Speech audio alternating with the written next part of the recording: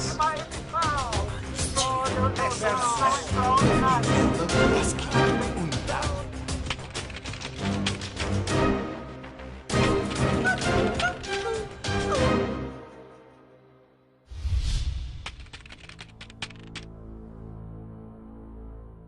No episódio anterior, você viu como floresceu a imprensa alternativa, ora usando humor, ora publicando reportagens e temas políticos para dar cobertura ao movimento pela democratização do país. Hoje, você vai conhecer outros exemplos que mostram a importância da imprensa alternativa.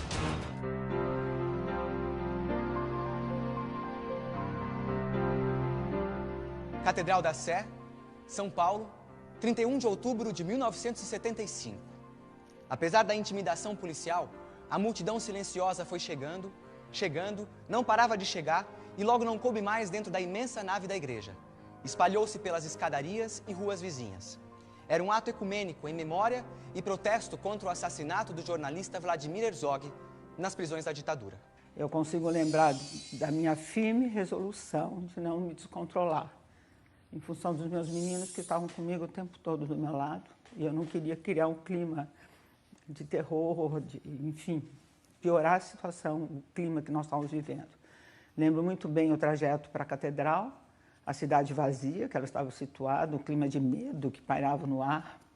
Lembro a entrada da catedral, cheia a catedral, depois que eu tive consciência de quanto cheia estava, mas ela estava muito cheia. E dois momentos, um durante a cerimônia, que foi a fala de Dom Paulo, que ele denunciou publicamente o assassinato do Vlado, quando ele cita um salmo, ele cita algo da Bíblia, em que ele fala que malditos sejam aqueles que sujam a mão de seus irmãos, que sujam as mãos com o sangue de seus irmãos. Ou seja, foi e aquilo mexeu muito comigo. Acho que foi uma coisa que... Porque alguém teve coragem de denunciar publicamente para milhares de pessoas que estavam lá. E quando terminou a missa, com toda aquela força que eu tinha para me segurar, eu estava saindo por fora, estava saindo pela nave novamente, eu acabei me descontrolando. Vieram amigos, me abraçaram, eu não aguentei, chorei, berrando muito. E eu lembro o Dom Paulo me segurando, calma, menina, vai com calma, você tem que ter calma. E o Dom Helder dizendo, Paulo, deixa ela berrar, ela tem que botar esse ódio para fora.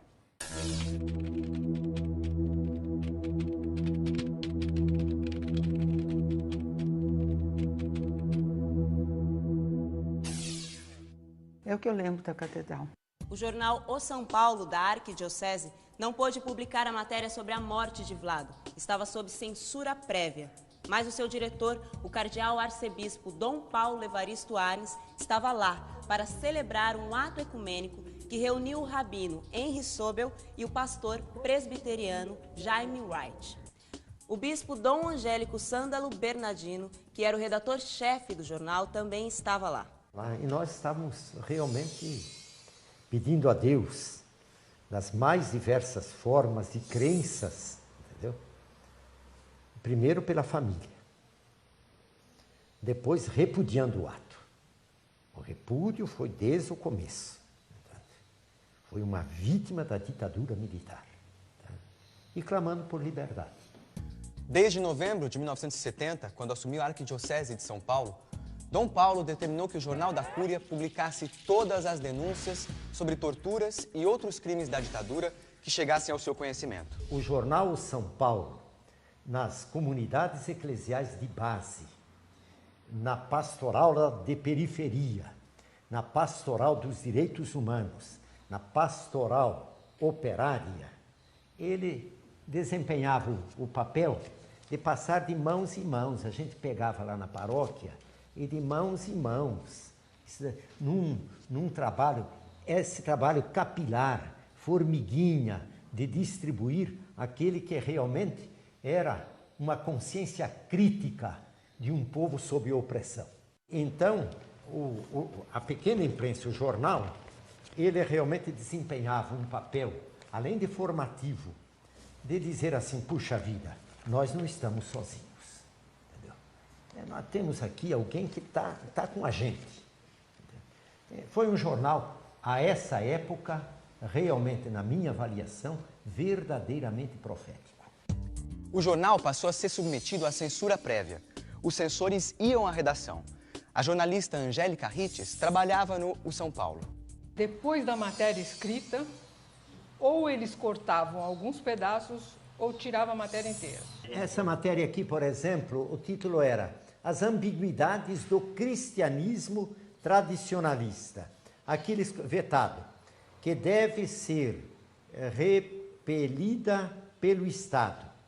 E no concreto da América Latina, o chavão já usado e abusado classifica essa ação de igreja como subversiva. Na verdade, a gente tinha...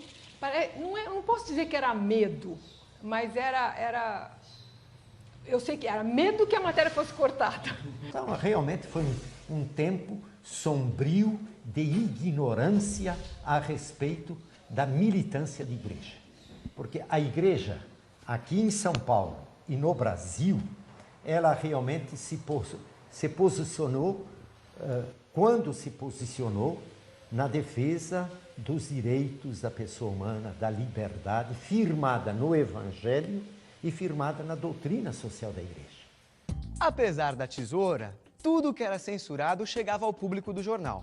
Às paróquias, às comunidades eclesiais de base, aos trabalhadores, aos moradores da periferia. Será um milagre?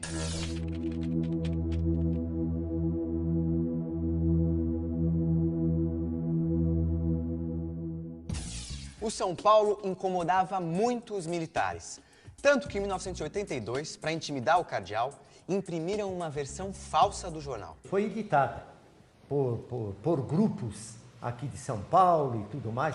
A gente não descobriu, porque não exercemos o papel policial.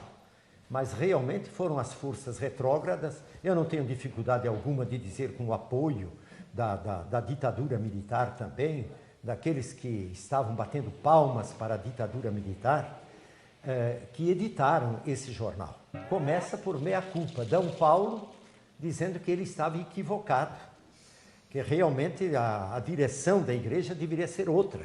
A censura foi suspensa no O São Paulo em junho de 1978, no mesmo dia em que no jornal Movimento. Os dois foram os últimos jornais a serem liberados da censura. Dom Angélico, que era jornalista antes de ser padre, continuou a escrever no jornal. É uma cachaça, meu irmão. Acabou a censura.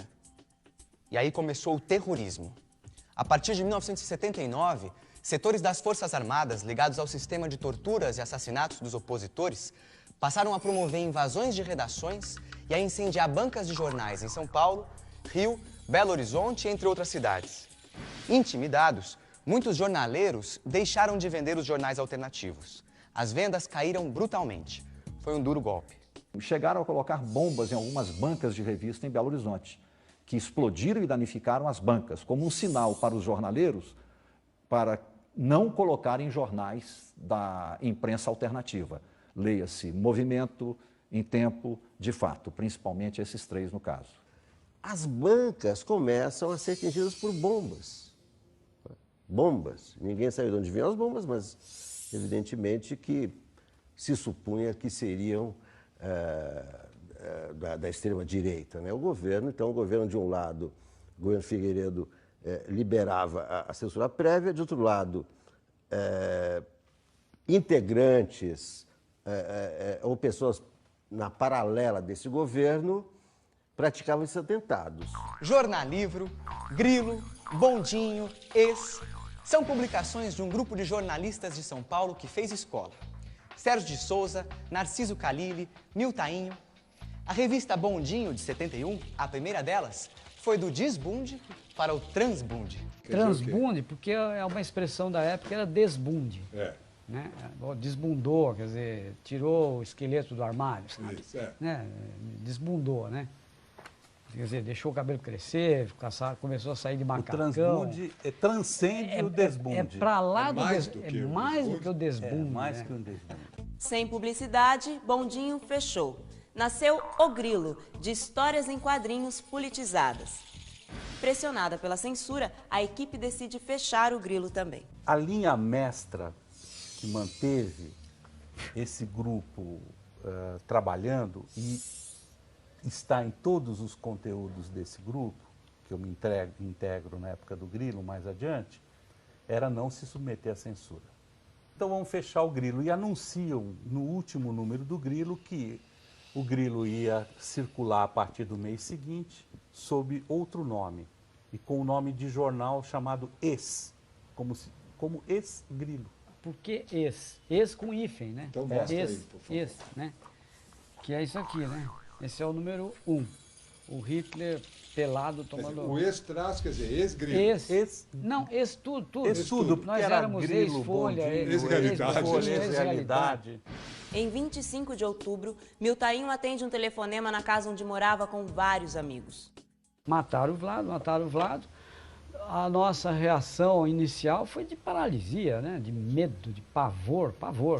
Não, nós vamos fazer essa reportagem. Depois de tudo coletado, veio uma pilha assim de anotação, de documento, de IML, tudo, né? Lá para essa casa, lá na Lapa. E sentamos eu, o Hamilton e o Narciso, eu na letra 22, né? A letra 22, que era o nosso laptop da época, porque podia carregar, né? Era levinha. Ali começamos, no fim de tarde já, quase noite, começamos a redigir a reportagem, né? O resultado foi uma reportagem de 8 páginas. Na capa, a manchete é o hino à República.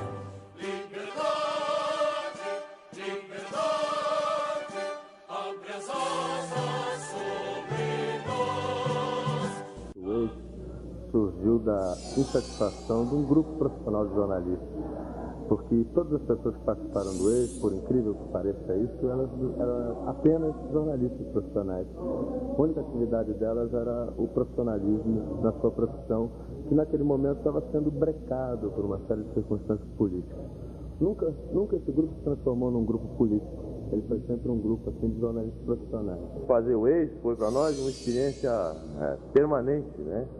Um acicate permanente que a gente tinha de tentar chegar o mais possível num universo maior de leitor. Não posso dizer se foi possível, se a gente teve êxito na experiência, porque ela foi interrompida pela censura.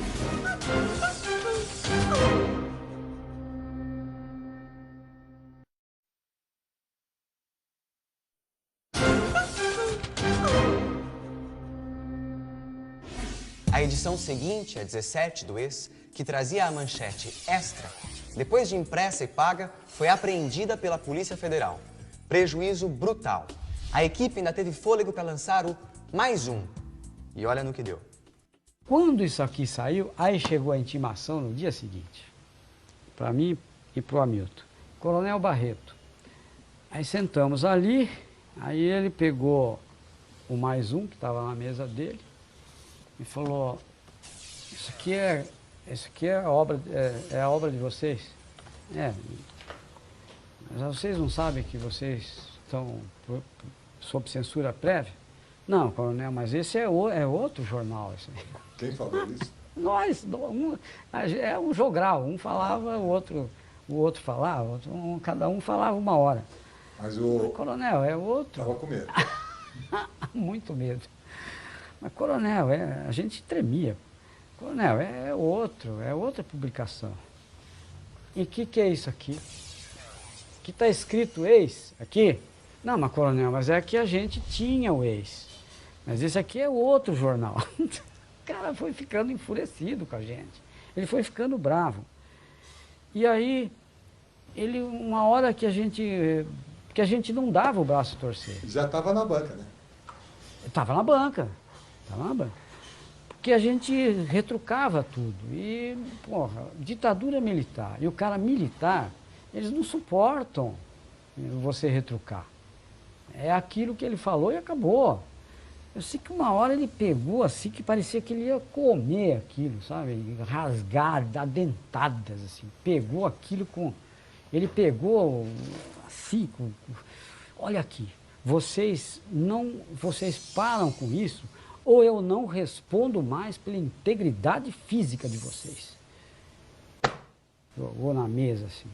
Tá encerrada a audiência. Estão dispensados. Até logo, coronel. Boa tarde, então. Vamos embora. Aí chegamos lá na rua e falamos, pô, agora fudeu mesmo, né? Agora não dá mais, né? Assim acabou a história do ex, acaba com mais um. O selo de garantia, nós vamos fazer outras coisas. No Rio de Janeiro, o tabloide Política circulou por 2 anos a partir de 1971. Representava as ideias dos nacionalistas e trabalhistas de Getúlio Vargas, João Goulart, Leonel Brizola e era visceralmente contra o capital estrangeiro. Chegou a tirar 38 mil exemplares até bater de frente com a censura e acabou fechando. Em 1975, surgiu Crítica, na mesma linha do Política, e reunia oposicionistas cariocas de várias tendências. Crítica sobreviveu por mais de um ano. Com a apreensão da edição do número 56, o jornal não aguentou o prejuízo e teve que fechar. Osso duro de roer, a oposição nacionalista também se expressou por meio do relançamento do Jornal de Debates.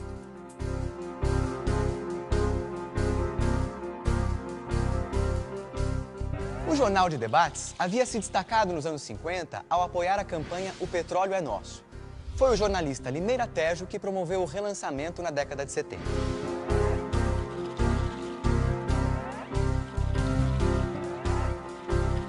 Você está reparando as datas?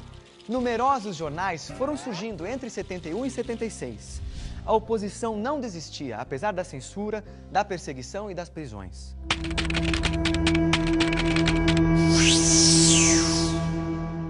Foi assim, insistindo, teimando, que esses jornais de resistência levavam informação para gente que estava querendo saber mais coisas. Soy loco por ti, América. Soy loco por ti de amores. Soy loco por ti, América. Soy loco por ti de amores. A revista Versus surgiu em 1976 por iniciativa do jornalista Marcos Faerman. O repórter gaúcho já trabalhava nos grandes jornais de São Paulo. Para ele, o Brasil não podia mais ignorar o que acontecia no continente latino-americano. O verso era uma elipse. O verso era uma parábola. Quando ele falava da morte de um índio no Peru, ele estava falando também da morte do índio brasileiro. Quando ele falava de um escritor peruano, do drama de um escritor peruano, ele de alguma maneira estava falando sobre o drama do povo brasileiro. Tem 3 edições assim que eu gosto. A número 1, que eu acho sensacional. Essa número 1, que eu acho uma obra-prima. Gosto muito da edição do Trotsky, que eu acho que é uma afronta ideológica à ditadura. E gosto muito de uma que eu considero que virou, inclusive, virou cartaz aqui na cidade. Os jornaleiros colavam essa capa que nós fizemos, que é quase um manifesto do Versus político, Geisel já vai tarde, que imagina alguém fazer uma ofensa dessas ao presidente Geisel, pastor luterano. Que data é isso? Fevereiro de 79, é a saída dele. E aí, dentro daquela linha, os sindicatos e o Partido dos Trabalhadores. Isso aqui vai dar origem a essa matéria. Eu tive a honra de editar esse material aqui, ganhou o prêmio Vladimir Herzog, a equipe do jornal, por essa matéria, que era um texto, uma correspondência que nós mantínhamos com um preso político, que estava preso ainda, Amadeu de Almeida Rocha, e ele escreveu uma carta aberta ao Geisel da cadeia. Durante os 5 dias em Amadeu Rocha, ele mesmo, né? Esteve entregue aos torturadores do DOI, foi diariamente submetido às seguintes modalidades de torturas por equipes de torturadores que se revezavam: choque elétrico com 2 fios, choque elétrico com 3 fios, choque elétrico com 4 fios, pênis, orelha, choque elétrico com 5 fios, choque elétrico, dança dos elétrons. Não dá para ler isso aqui. Por quê? Isso aí é um passado que eu espero que não volte mais para esse país, mas E esse era um tipo de compromisso, digamos, que para quem fazia o versus... Por que te emociona, Leison? Me emociona porque eu sei o que tem por trás disso aqui, né? A luta que foi chegar até publicar isso aqui. Os serviços secretos do Exército, os militares, a polícia, a Receita Federal, o INSS, eles passaram a conspirar abertamente contra o versus.